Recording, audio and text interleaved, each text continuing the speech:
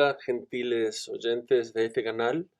Aquí Luis y quería hoy hacerles un video expandiendo un poco lo que veníamos hablando y discutiendo en otros videos sobre la lengua española versus la lengua inglesa y un montón de cosas que surgieron de allí.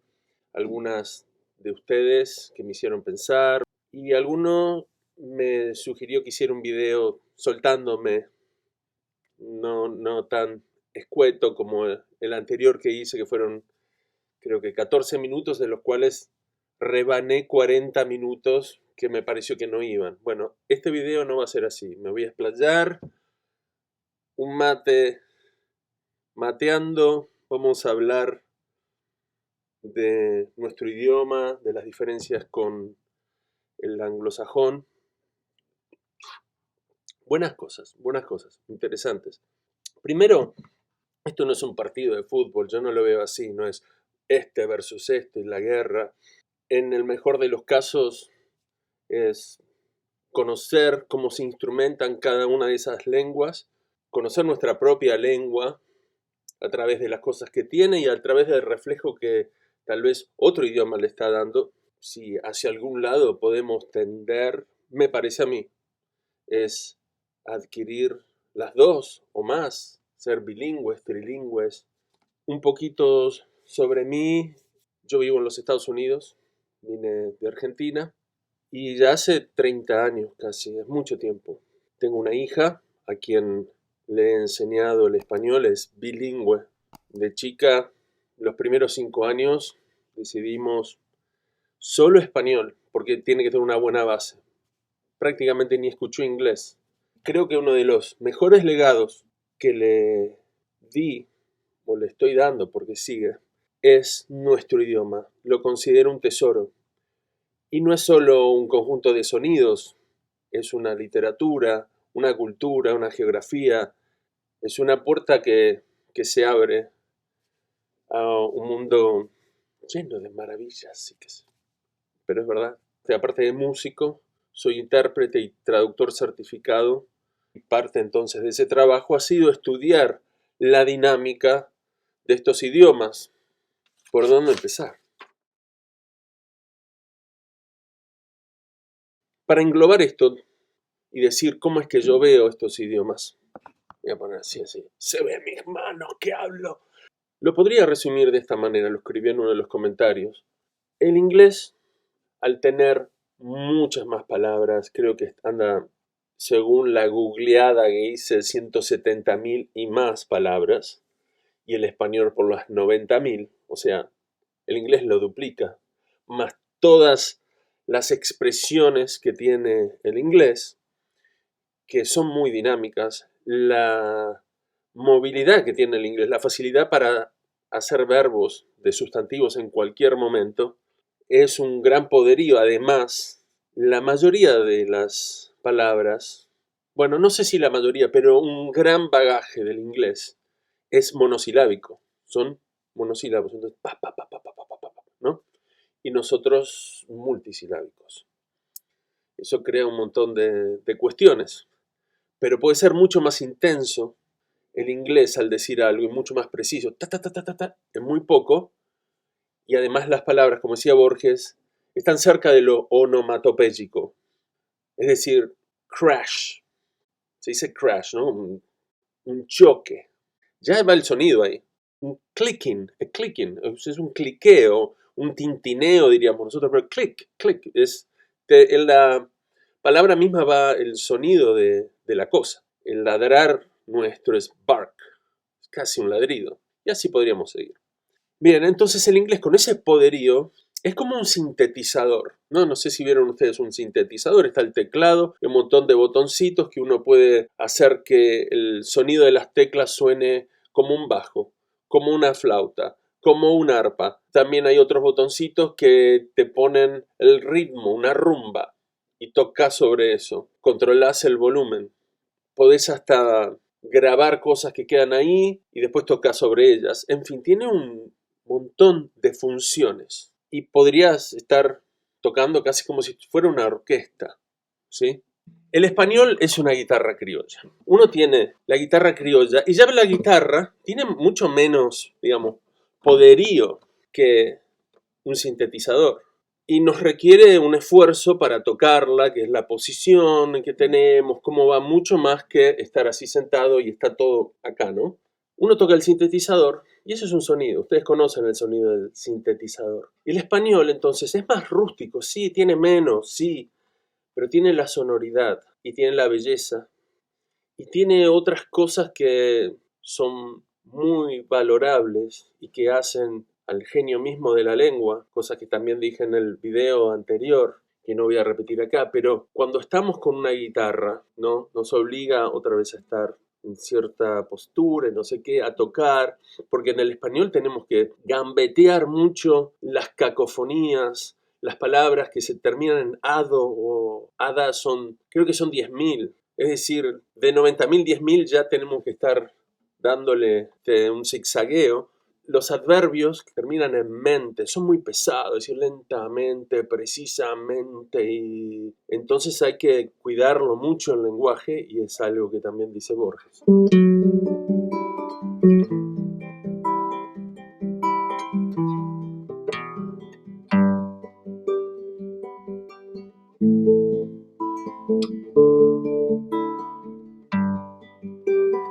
El sonido que tiene me llega a mí mucho más profundo que todas las piruetas que se puedan hacer en un sintetizador, ¿no? Con la guitarra y la siento de esa manera y así es como siento el idioma, ¿no? Aparte es compañía, es como el abrazo, casi al pecho.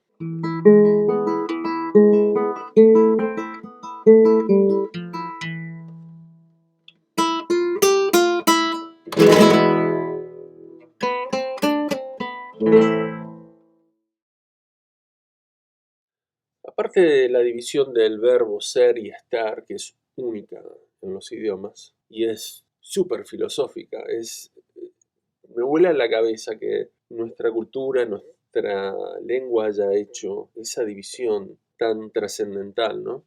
Tenemos el verbo haber, es casi un estar, y no lo tiene así el inglés solo, ¿no? Es decir, tenés que decir there is,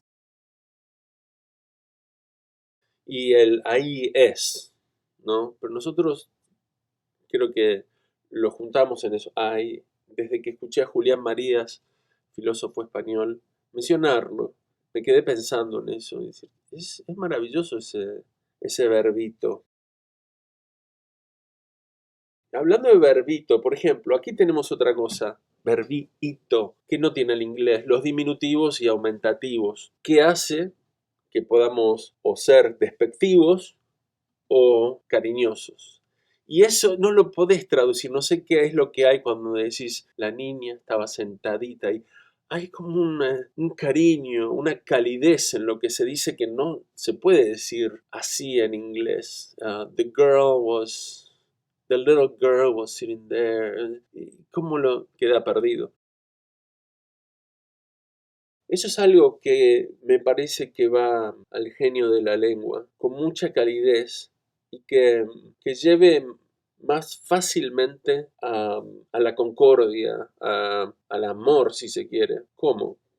A diferencia del inglés, que es un poco brusco, ¿no? Con sus monosílabos semiguturales y con sus vocales, que son prevocálicas, muchas no llegan a ser una vocal, y quedaron ahí, ¿no? Que ponen tenso al que está oyendo. El español es mucho más amable para quien lo habla o para quien lo está aprendiendo. Le puede resultar difícil la conjugación de los verbos, ¿no? Pero no se va a equivocar en el sonido de lo que se está diciendo, porque la sonoridad es muy clara. Nosotros hablamos hacia afuera, masticamos las palabras prácticamente. Me imagino que para alguien que lee los labios debe ser más fácil el español, no lo sé, pero se me hace que como nosotros hablamos hacia afuera, la voz se proyecta, entonces el oyente se puede relajar más. Además, al ser las palabras multisilábicas, hay menos posibilidades de equivocarse. A ver, un ejemplo. Fácil, ¿no? En inglés decimos dog, perro, ¿no? Dog. que si no estás prestando mucha atención era talk, rod, sod, que hay tanto que está ahí, ¿no? Sin embargo, perro es perro, no hay posibilidad de equivocarse. Entonces, yo creo que todas esas cosas relajan al que escucha, crea cierta amabilidad y favorece la concordia. Lo he vivido estando aquí en diferentes situaciones con gente que era bilingüe, pero muy bilingüe, al punto que podría ser que hablaba más bien inglés, pero sus padres hablaban español, entonces podría hablar español, o que había venido a una edad que quedaron medio iguales, podría hablar inglés o español o algo así. No era ningún problema hablar inglés. Que podríamos tener una disputa de algún tipo y estamos en inglés y no hay manera de llegar a un acuerdo y pasar al español con esta persona bilingüe y de golpe decir, mira, lo que te estoy diciendo y empezamos a hablar español es como que hay un cambio cualitativo muy importante. Creo que hace a esa característica del español, la claridad, la elegancia, la amabilidad que va con ello. Esa es otra cosa hermosa de nuestro idioma.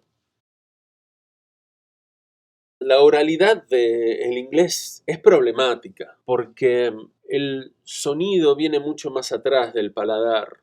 A veces parecería que viene de algún lugar recóndito del páncreas, no sé, como que se va para atrás, ¿no? Y el español tiene esa sonoridad que es la del latín. Es la lengua que realmente más se parece con respecto al sonido de las palabras. Nosotros, como hispanos parlantes, podemos leer un texto en latín aplicando las reglas fonéticas del español y va a sonar latín, salvo una o dos cosas. Pero el inglés, por ejemplo, no es fonético, justamente.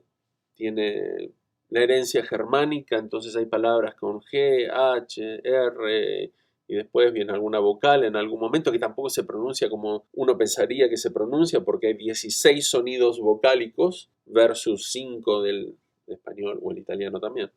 5 también.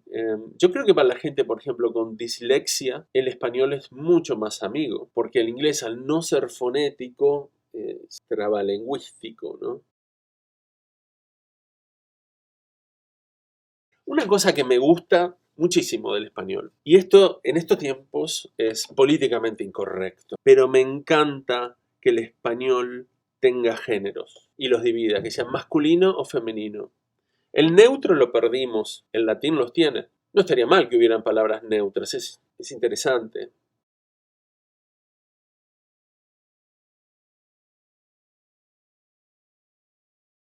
Tenemos sustantivos que tienen que ser o femeninos o masculinos. El inglés no. No sé si se podría decir que son neutros, no sé qué son, pero no tienen eso. La cuestión es que el concepto que tiene el español de las palabras que están cargadas de una polaridad, podríamos pensar en baterías, positivo o negativo, podríamos pensar en el I Ching, todo tiene esa carga, todo está en juego así, esa dualidad que se une y que una es parte de lo otro. Cuando armamos una oración es un conjunto de femenino y masculino que crea un sentido, pero las palabras dan la sensación de que están copulando, de que todo es una gran cópula. Y si uno ve el mundo, ve que en gran parte es una gran cópula de la interrelación de cosas que no son iguales, no son exactamente iguales, y se ensambran y vienen y van y los planetas, y podemos ir de los planetas hasta los microbios. Y hay una polaridad en todo eso. Por lo general es lo que se ve. Y que el lenguaje lo refleje, me parece fantástico. Está ahí subyacente. La palabra es femenino o masculino. Y uno dice, ¿pero por qué? ¿Pero qué es lo que significa? No es que es una mujer la palabra o nada, no, pero tiene una carga, como una carga de energía, como si fuera un electrón, ¿no? Me parece fantástico. Nos faltan los géneros para los posesivos. Eso es muy problemático porque cuando decimos su auto, su, queda indefinido. Sin embargo, curiosamente, el inglés tiene los géneros en los posesivos, porque te va a decir exactamente es hers, his, theirs, te va a decir exactamente en los posesivos, es decir, a quién pertenece. Entonces podríamos filosofar un poco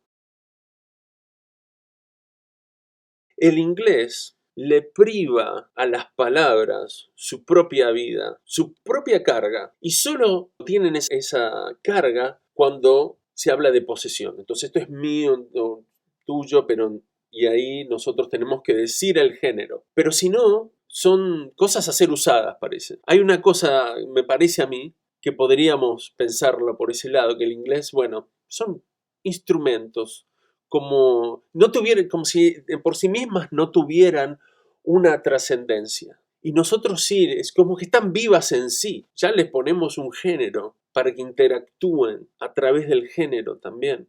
Y esto de ver entonces a la palabra como objeto, siguiendo con esta teoría que voy haciendo en el aire, ver en la palabra como objeto desvaloriza el idioma. Entonces podríamos seguir por ese camino y pensar, sí, el inglés, por eso no le preocupa tanto pronunciarlo y que lo entiendas, están usando estas cosas. Y no tiene el anglosajón el gusto por la conversación como tenemos nosotros, que es una cosa hermosa. A nosotros nos gusta juntarnos para hablar, y hablar y contar. Hablar es lindo, tal vez porque tenemos un instrumento que suena bien y que es hermoso y que lo podemos usar, tal vez por alguna otra cosa.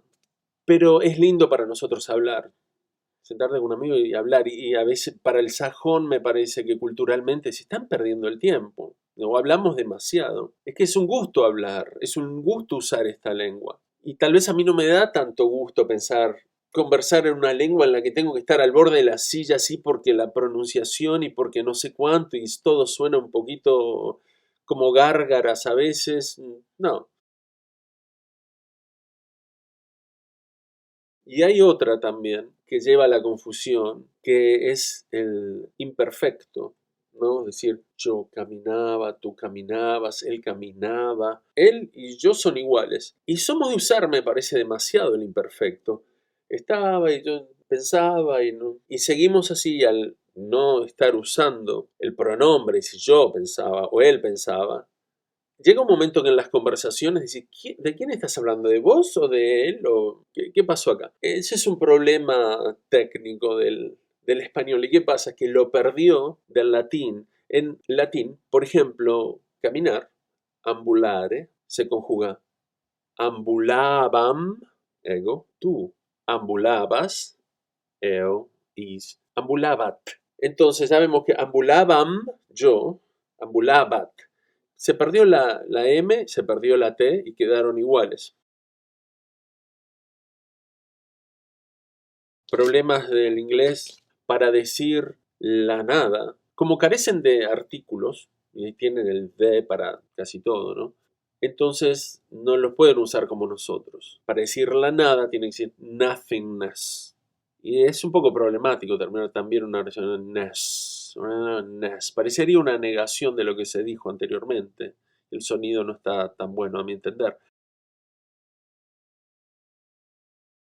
No me gusta tampoco cómo terminan los infinitivos en inglés, el ing, y cómo los usan. Los usan para hacer infinitivos muchas veces. Queda raro, porque es como, es un gerundio que lo usan infinitivo o gerundio, que nosotros tenemos la diferencia. Ah, otra cosa más, que me gusta mucho del español, que tiene registros, es decir, tenés el trato de usted, el trato formal, el trato informal y el trato basura, no sé. Podés hablar en esos niveles. Es más difícil en inglés, por sí solo no podés, no hay una conjugación, una manera de hacer. Podés decir sir, pero la conjugación permanece igual. Nosotros conjugamos diferente con usted, ¿no? Si decimos si tú piensas, bueno, en Argentina si vos pensás, pero si usted piensa. No, bueno, ya saben cómo es. Este es un video para hispanoparlantes, están familiarizados con eso. Pero también hay palabras que son como del lunfardo, o de algunas más como alcurnia, o que se mejor van en lugares muy formales, y se pueden hacer muchos chistes con eso. También es algo que está en nuestra cultura, me parece que tenemos un sentido del humor más a flor de piel, y me pregunto hasta dónde puede estar contribuyendo el idioma, porque podemos jugar con esos niveles y es gracioso. Además, nosotros podemos insultar mucho mejor si es necesario en español que en inglés. En inglés es muy monopólica la palabra fuck, ¿no? Una cosa que le falta al inglés, que él ha perdido en el tiempo y ahora está tratando de compensarlo con alguna otra cosa, pero no lo tienen. No tienen el pronombre plural de segunda persona. Ustedes, vosotros. No hay un ustedes ahí. Entonces dice you all.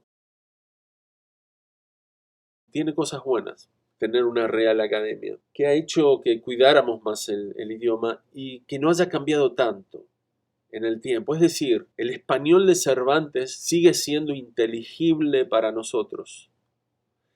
El inglés de Shakespeare, de la misma época de Cervantes, no es tan amigo del angloparlante ahora. Sin hablar que la manera que se pronunciaba es diferente a la actual.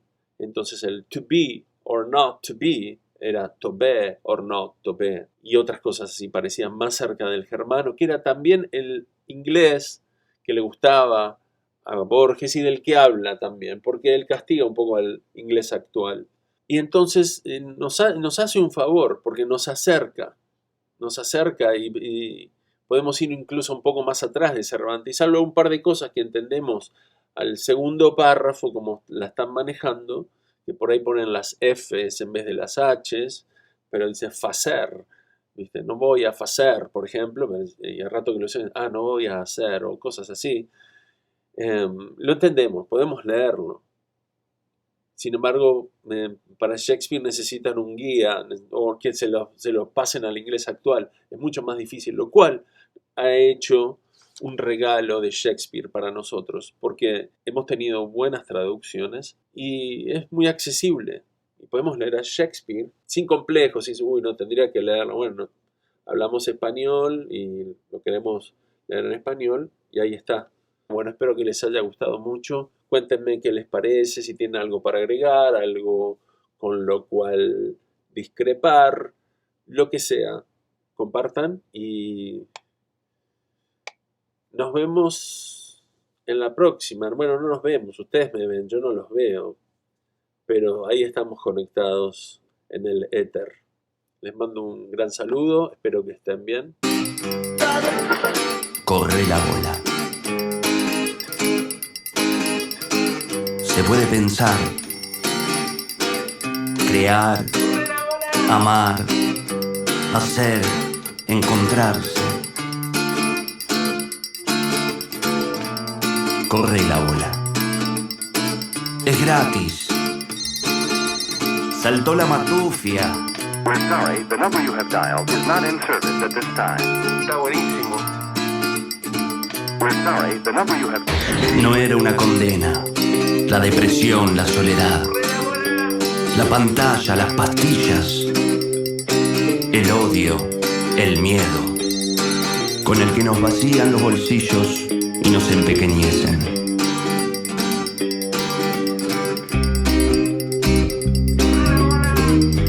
The number you have dialed is not in service at this time. Corre la bola. Está al alcance de la mano. Está buenísimo. Siempre. Siempre.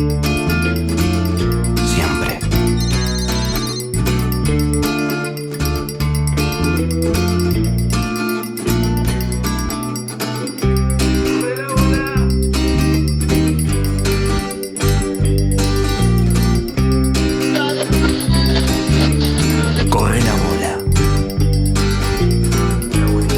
Se puede ser uno sin tener que pedir permiso.